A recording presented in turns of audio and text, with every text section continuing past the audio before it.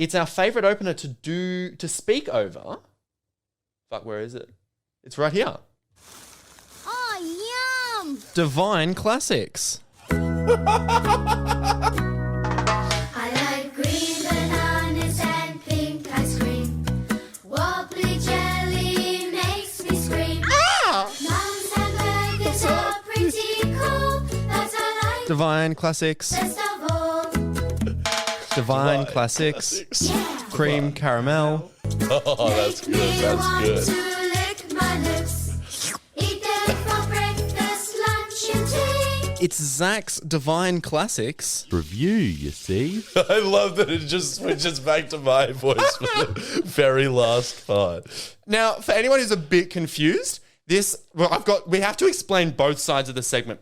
The segment comes from season 1, where I asked you to get fish and chips from where I used to live and review them on the podcast. Yeah. You found that audio, and that became the kind of the podcast-specific audio. It's funny because, like, that's one of my favorite openers we've ever done, yet all it was is I took a song and replaced, like, a fucking... No, in the original one, all I did was I took this already existing song and just added one line to the end of it. Yeah. And then since then, it's been done to review kebabs. But it's the same thing we do with... Bad financial decisions. Yeah, And yeah. that's our podcast sort of touch and flair on openers. Yeah, it's a bit of personality, like the fact that we add isode to the end of shit. Exactly. It's just a niche. So that's where the podcast, that's where the opener comes from. For the listeners thinking, what sort of relevance does Devine Classics have for Rita to laugh when I said Devine Classics in the opener? Yeah, I just think find that's- the concept of creme caramel so funny. I think that's your responsibility to explain to the listeners. Oh, you're really bloody testing my memory on this one as to, well, when I went to high school, Yeah. Which is where we became friends, for anyone Yeah. that doesn't know.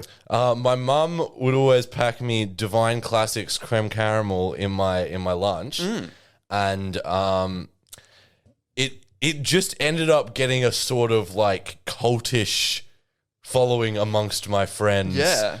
Where there was this whole backstory on where it came from and how it was like my great-great-grandfather's like invention or Really? Yeah. I don't remember that. I just remember you eating it all the time. There was actual lore behind the Devine Classics. We might have to do some research and like... But I don't know if any of that would be written down anywhere, but I do remember the reason that it became such a thing was it tasted good, but it looked fucking disgusting. Yeah. It looked... I remember us comparing it okay. We said it... I don't know. I just remember comparing it to a period. Really? Yes. I don't remember that. No, that's like how we described... Like, it just didn't have a particularly appealing texture, but it tasted really nice. This is kind of coming back to me. You had two kind of distinct friendship. Your friends could kind of be divided into two. You had the friends from our class and the friends that weren't from our class. Yes. And the Devine Classics was very much a joke that was from your friends that weren't from the Yeah. class. And I've only just realized this because I was part of your friends from your class group. I think when I was eating it, I think half the reason why you didn't like the look of it is because you didn't eat it properly. Yeah, like you meant to tip it out. You meant to tip it out, yeah.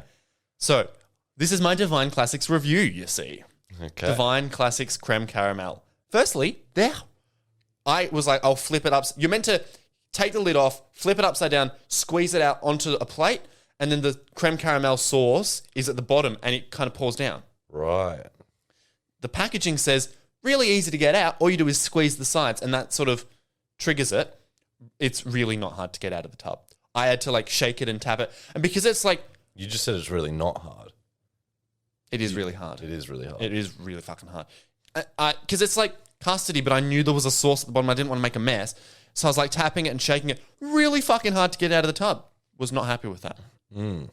Is that what the top part is? Is it custard? No, the bottom part is custard. Right. Oh, The top part is the red bit. Yeah. Except it's not really meant to be red. Right. So I don't know what sort of fucked Divine No, Classics I don't do know. have. I just remember it being reddish. Yep, it was kind of more brown. Right. I mean, it was brown when it was on top of the custard. It could have been red at the bottom of the tub for you. Yeah, I don't know. Once it's on the plate, really slimy. Mm. And it, like, I was trying to carry it literally from my kitchen to my table, which is like 3 steps. Yeah. And it was going everywhere. And it was like a giant balancing act. And then once it's on the plate and you're eating it with a spoon, because it's slimy and moving around, really hard to get your spoon into. Did not like that. And that's just, I haven't even gotten into the taste of the Devine Classics creme caramel.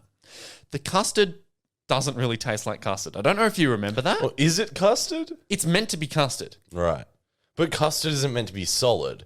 No, exactly. So they've solidified it, and in turn, it kind of tastes like a custard flavored.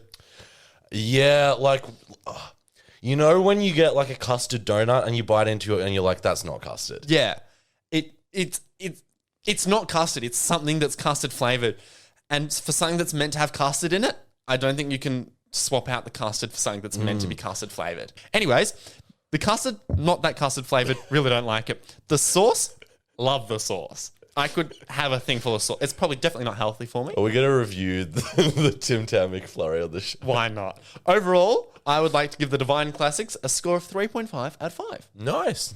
I will have to try one again, and I'll do my own. Do my own cream caramel review. Perfect.